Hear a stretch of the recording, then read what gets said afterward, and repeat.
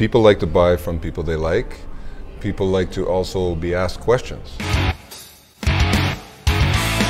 So that's one of your procedures, is you ask people where they're from, type of thing. Is that part of the? So this ties into. Is that part of it? Okay, well, I'll dive even deeper. So I spent a lot of years working in the cruise industry and retail.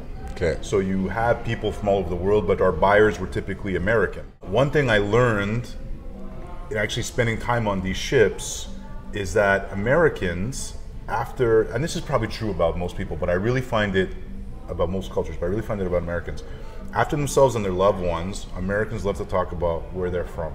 Where they're from. It's very tribal, right? My state is better than your state. My college is better than your college, right? That you wear your colors. You're Wisconsin, you're Arizona State. Yeah, nice.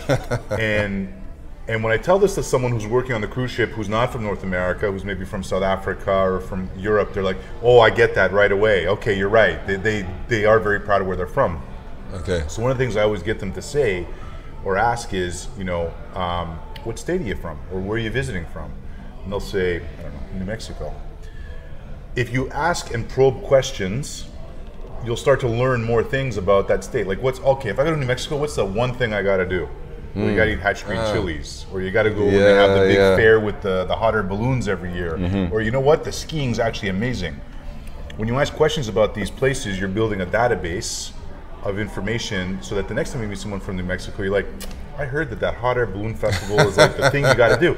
And they're like, yes, you're right. And in that moment, that second person now, automatically you have some rapport. You have some rapport with them, built-in credibility, engagement. And it's not misleading. It's just a way of, you know, breaking down a barrier and building rapport with someone to get them to like you. Yeah.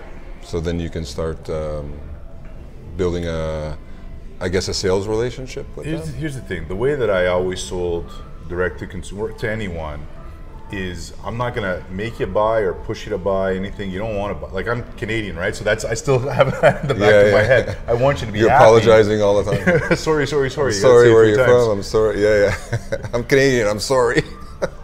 But because I love engaging with people naturally, right, and talking to people, and I want to know where people are from, and especially just spending all these years on these ships, I mean, if you don't have a natural inclination for that, you're not going to last long on these ships, right? So I would just chat with people, and then they're like, oh, by the way, you know what, I'd let them lead this. Yeah, it's my wife's anniversary, or you know what, I saw these watches are duty free. It's really, you know, 35% less than what I paid back home and no tax.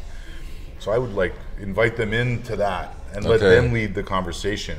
But I would always try and train my guys to be the focal point, be the main person on the ship that everyone, oh, I got to go see Tony. Oh, you know what? You kind of get a little bit famous on the There's an opportunity to celebritize yourself.